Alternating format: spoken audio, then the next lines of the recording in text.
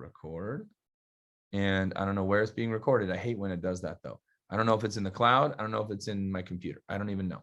All right. So what we're going to do is we're going to jump into kind of the second half of yesterday's drop down workshop.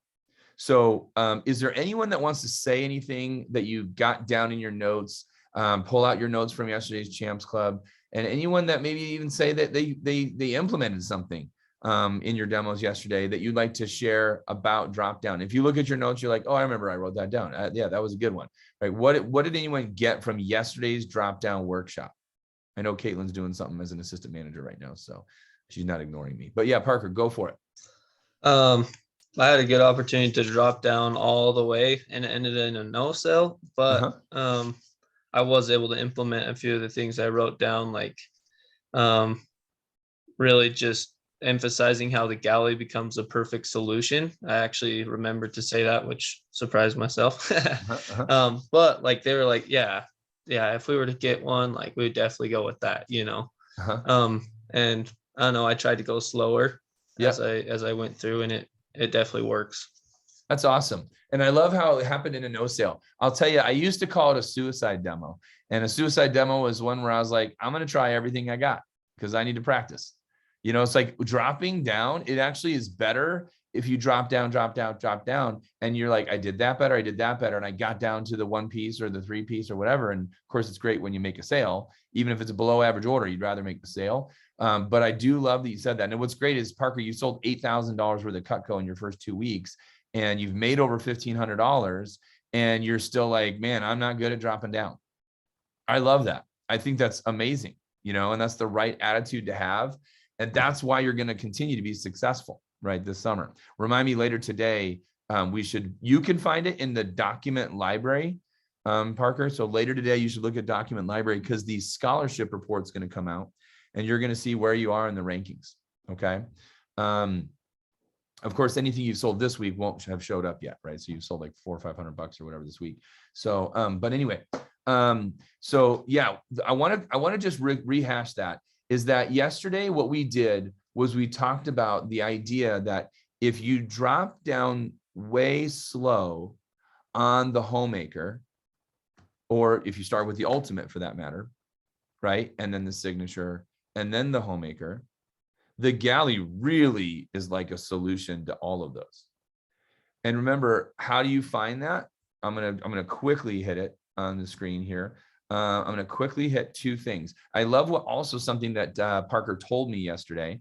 What Parker told me yesterday that he did is he went through he started to go through the video on how to sell the ultimate set, right? It took like 10 minutes. He watched 10 minutes of the 30 minutes. So let's remind you, you have your whole demo, you go through page 1 through 8, right? And why don't you jot this down? If there is 2 pages on all of my Vector demo that you want to memorize, it would be page 8 and 9. In the days of when we did in-home demos, we literally memorized page 8, 9. So you were like assigned on day 2 and on day 3 to memorize page 8 and 9. And it was because you were, in the old days, you were reading your manual the whole time, page 1 through 7, but you were doing it right in front of your customers. And you would cut food and you would read the manual. You'd cut food instead of showing a video, which we do now. We would cut food and then talk about a knife. We'd cut food, talk about a knife. We'd read the manual, talk about a knife, and cut food. And that was kind of how we did it. But you wanted to look at me, guys. You wanted to, like, from reading your manual and cutting food and having fun, you would want to like look up at your customer and do most of page 8 and 9 eyeball to eyeball. Because page 8 and 9 is, remember the diagram of your building value, step 1, presenting price, step 2, asking for the order, step 3, and then step 4 is dropping down, right? Well, page 8 and 9 is the climax of all 4 of those steps. Showing or finishing the value build. You finish the value build when you say, hey, you're going to save money. You finish the value build when you talk about the right tool for the right job, built-in sets. Why do customers buy sets? You exit the full screen and you go from top of page 8 to the bottom of page 8, where you do the finishing the value build by talking about twice the quality, twice the value, the forever guarantee, the double D edge, the wedge lock handle, everything at twice the value, twice the quality, and twice it lasts forever, what do you expect? You expect to be twice the price. And that page 8 is the end of the value build. And then whether you do page 9 normal or whether you do the knife emoji page 9, either one of them is where you present the price, right? Here, there's no prices listed, right? Whoa, that was weird. Okay, there's no prices listed when you do if you stay on page 8, 9 here, you have to click on the hyperlink, or you click on the hyperlink here. I'll go ahead and pull them both open. Okay, so but the idea is that you're exposing them and you're presenting the price of the ultimate, then the signature, then the homemaker, or starting with the homemaker, you go homemaker to the galley, just like we taught you. And that's the presenting the price. That's also where you ask for the order. And that's also where you begin the drop down. When I say begin the drop down, what I mean is, I'm jumping down here, is these knee-jerk reactions, they are beginning the drop down process. Does everyone get that, right? You're beginning the drop down process because you're airing out when they say, I can't afford it. Like, oh, okay. No, that's fine. I get it. Right. And what it is they need time to air it out. They need time to think. And it's great that you can let them do that. Sometimes you're afraid of the knee-jerk reactions. But here's what it is. I'm a customer with or without my wife, with or without my husband, rather, whatever, right? And all I need to do is think. And if you go, look at me, guys, if you go from the homemaker and the first thing you go is, no problem, we have a galley set. It's just a few less knives for a lot less money. You can still get this, you still get this, still get this. And they're still thinking about the homemaker. And they're still mad they're not buying the homemaker. If you just go bam into the galley, paragraph, you're actually not giving them time to think. So when we say drop down slowly, that doesn't mean, Courtney, we want you to hammer your customers and make them buy. When you're new, you kind of think that way, right? But it's this. They need time to go, hold on, 309. And I want you to look at this real quick. When I'm a homeowner, okay, I am a few homes, but you get the idea, right? So I own homes, or I own a home. I live in a home, my family, we, whatever, right? What you do as a budgeter, as a homeowner, you go, all right, I make money, I have a job, blah, blah, blah. We make this much money. You don't, you know the numbers, but you don't maybe all the time do this, right? But what happens is you go, all right, the mortgage is paid. And then we have electricity, gas, water, sewer, trash, cable, internet, phone. Week 1, week 2, week 3, week 4 of groceries, cell phone, family plan, car insurance, health insurance, life insurance, dental insurance, homeowners insurance. And a lot of times those are packaged into escrows and how they're getting paid. They're coming out of my paycheck. If I'm a W-2 employee, my health insurance comes out of my paycheck, right? But it's all those things. Did you guys notice the number of bills right there? Counting the cell phone, there's average of 9 utility bills. Water, sewer, trash, electricity, gas, cable, internet, phone, cell phone. That's 9 utility bills. Some of them are lumped together. Trash, water, sewer are together sometimes. But there's literally all those bills. And then there's insurance 1, health, life, dental, car, homeowners. There's 5 insurance plans a month. By the way, how many of you guys agree your mom has that stuff? Yeah, that is what they have.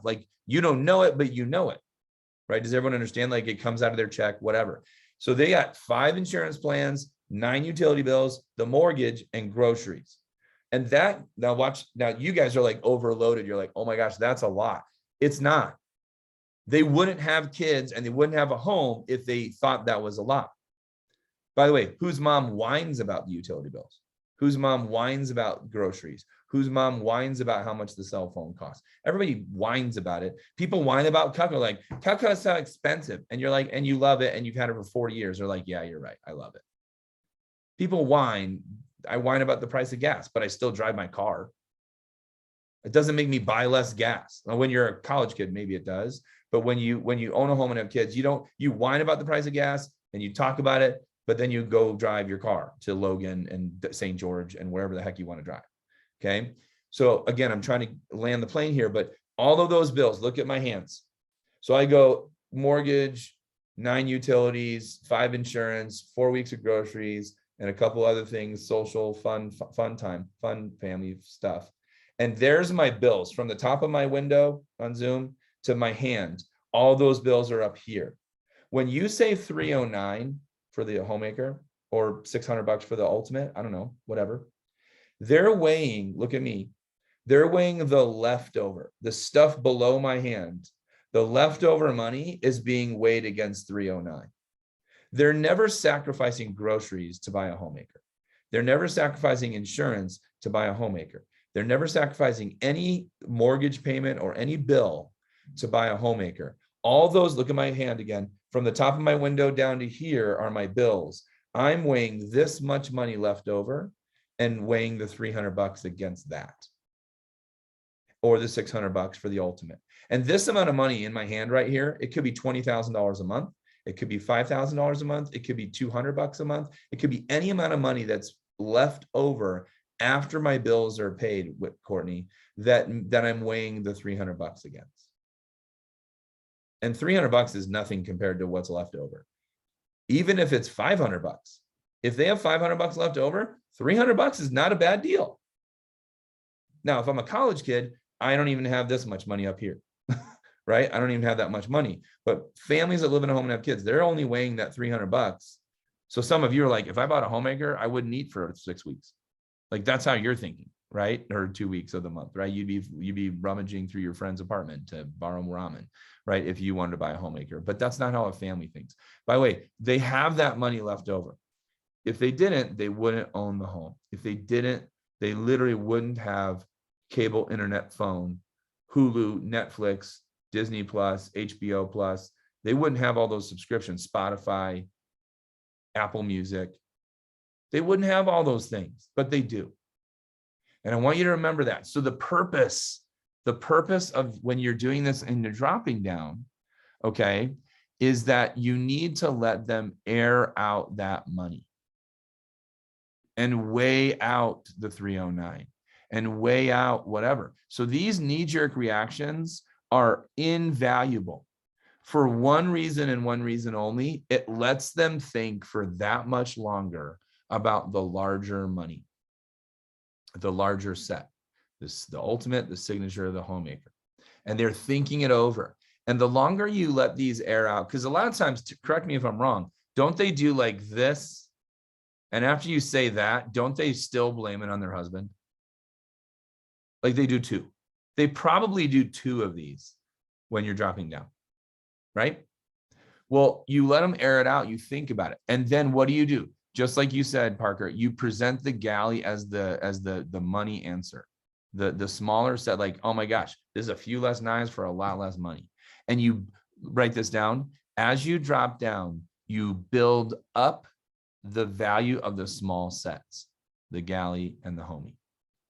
The way you build value in the starter sets, I'm going to jump over the galley because we hit that yesterday somewhat more, but it's so important that you build up the galley, right? That's like the number one best set we sell. That's not the homemaker. There's no set we sell more than the galley other than the homemaker. So you really got to build up the galley.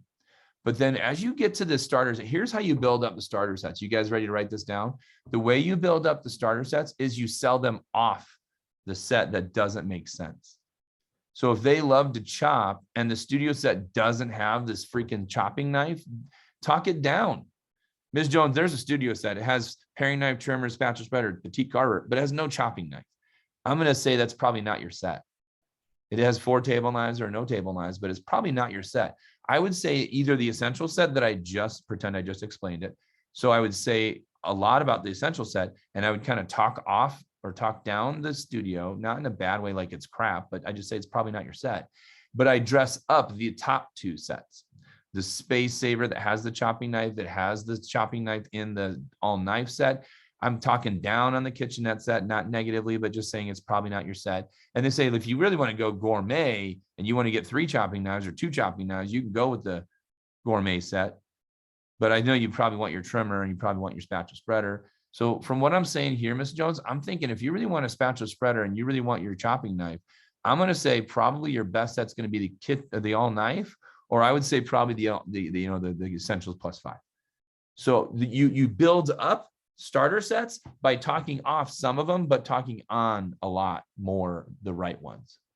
If you know they love the spatula spreader, you know, you can go with most sets except for the all knife set and the kitchenette set. I'm sorry, Space Saver and the kitchenette and the gourmet. So that's my tip on dropping to the starter sets. So I guess if I were to say the underlying tip of how to increase, look at me, your closing percentage and your average order, closing percentage, average order, both on this, you know, vein that we're on, I'm going to say the tip is when you're talking through the homemaker and the, and maybe the ultimate, but as you're talking through the galley also, the tip is make sure you know their top 3 or 4 favorite knives. Make sure you know as you've gone through the demo, and this is a great way for you to be cognizant and observant throughout your demo in what knives they like, because I know in the back of my mind, they have these 3 knives that every time they ask me about the galley, every time we've talked about any starter set, they're asking me, does it have this? Does it have this? Does it have this? And I kind of know already. And I'm actually saying it has this, but it doesn't have this. Or this starter set has this one, but not these 2. Or it has these 2, but not this one. Or this starter set has all 3 of your favorites. So I'm talking up the sets that have their favorites, the ones that they need. And if I don't for sure know, I'm going to for sure tell them which sets they should want, because there's a few, you know, there's certain knives that like everybody should have, right? And you guys know that. So, and then when you get your fast start prizes, you can play with them and you're like, we need this knife. Everybody needs this knife, right? So anyway, as I'm going through the starter sets and I've talked about how great they are, it's actually giving me more and more ability to know their favorites. And if, for example, they don't, McCady, get essential set, they don't get a Space Saver, they don't get one of these all knives, I'm telling you guys, by the way, right before I go to these piece orders, it is so money when you can go, look, it's $160 for this, for the 10 of the 18 knives of the homemaker. It's literally 10 of the 18. It's more than half the homemaker. And it's only $163, $163 a month. That's $40 a week. It's $6 a day. You spend more on energy drinks. Don't do that. You'll get cancer and die. Okay. But anyway, the fact is it's like nothing. And I minimize it. It's a concept, if you want to write it down, it's called reduce to the ridiculous. Reduce to the ridiculous. Ms. Jones, that's $6 a day. I think you probably spend more on coffee and a bagel. They're like, yep. You spend, it's a coffee and a bagel a day for the next 5 months. And my next one-liner is so money is Ms. Jones, 5 months pays for 5 decades. These 5 months pays for 5 decades of you enjoying this product for the rest of your life. And they're like, oh, we're old though. I'm like, I know. What are you going to live to 90? They're like, yeah. Or they laugh it off and it don't matter. Right? 5 months pays for 5 decades. Now, I know their favorites. Does everyone understand with what I told you? You can know their favorites as you're dropping down. Does everyone get that?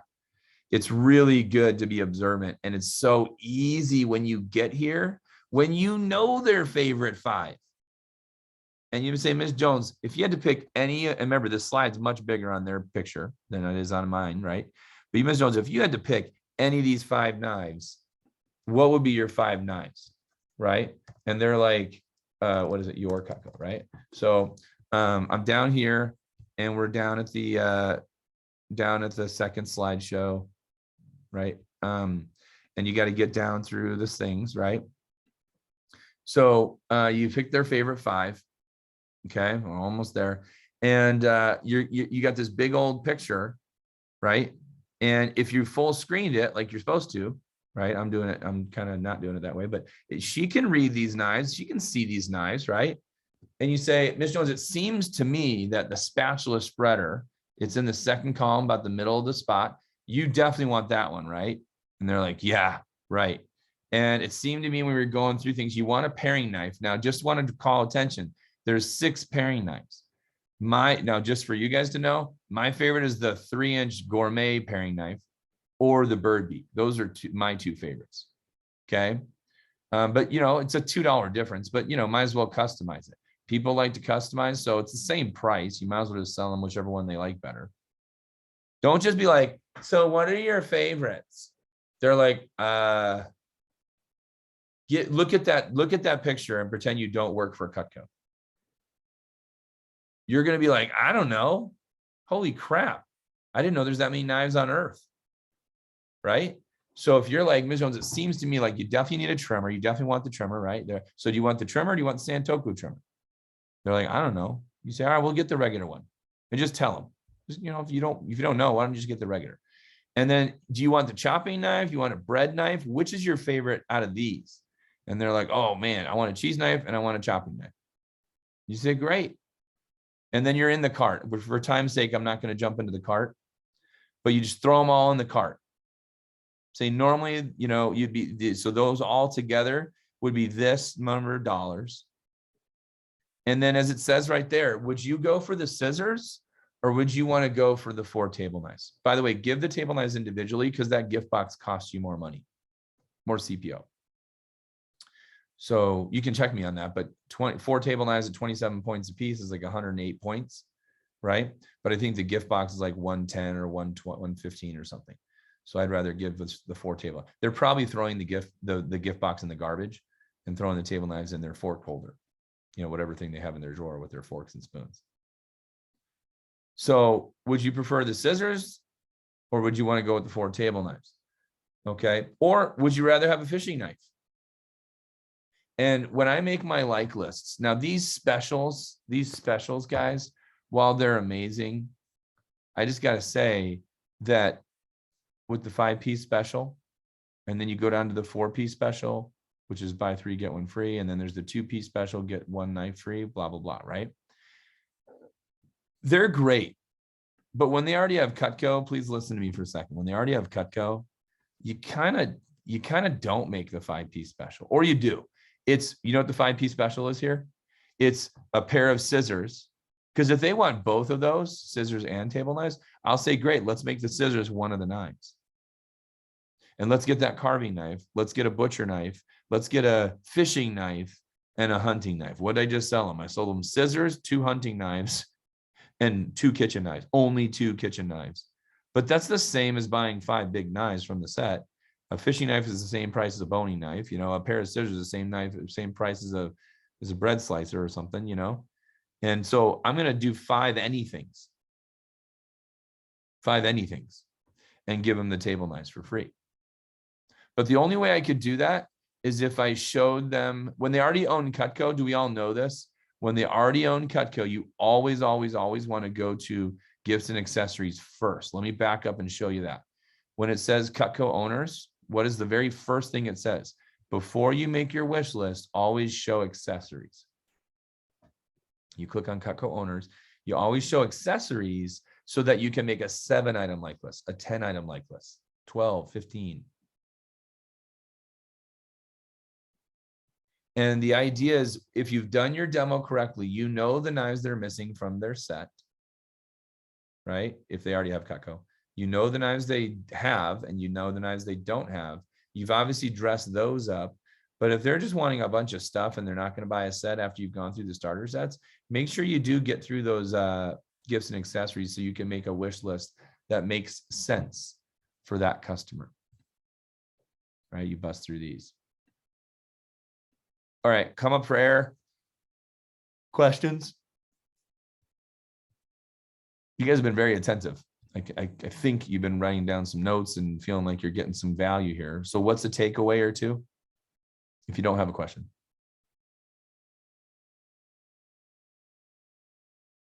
A takeaway or two from anybody here. Who feels like you struggle a little bit when you get to the wish list or like list, right? But when you're getting down there and the knives they really want, it shows that you paid attention and you were really conversing through the demo and not just reading through it. When you were showing the starter sets, you could tell they really need certain knives. When you show the galley set, you could tell they really want certain pieces. Don't have time to go through it, but when they ask you a question, does that set have blank? It's called the buying question. Can I get that set in Pearl? That's a buying question. Can I do payment plans? That's a buying question. Because that set come with table knives? That's a buying question. And you catalog those little pieces of information. They asked about table knives. They asked about payment plans.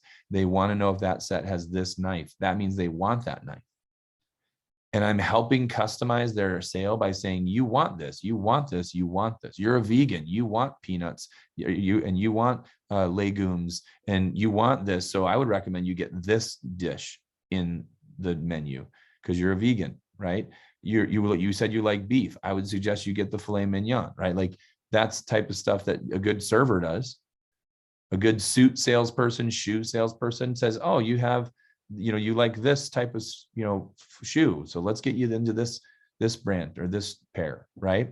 And that's the type of customer service you want to offer to your customers. Okay. Cool. No other takeaways. One thing that everyone wants to share.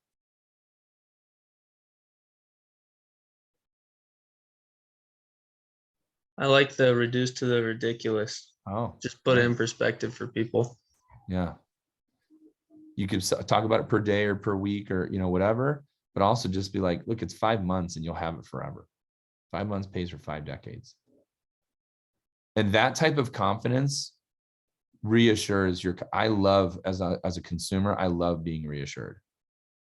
Someone who buys stuff, I'm just loving when people say, this is the right set, this is the right refrigerator, this is the right mix of supplements that I'm buying, from the Men's Health store. You know what I mean? Like, does everyone get that? I like to be reassured.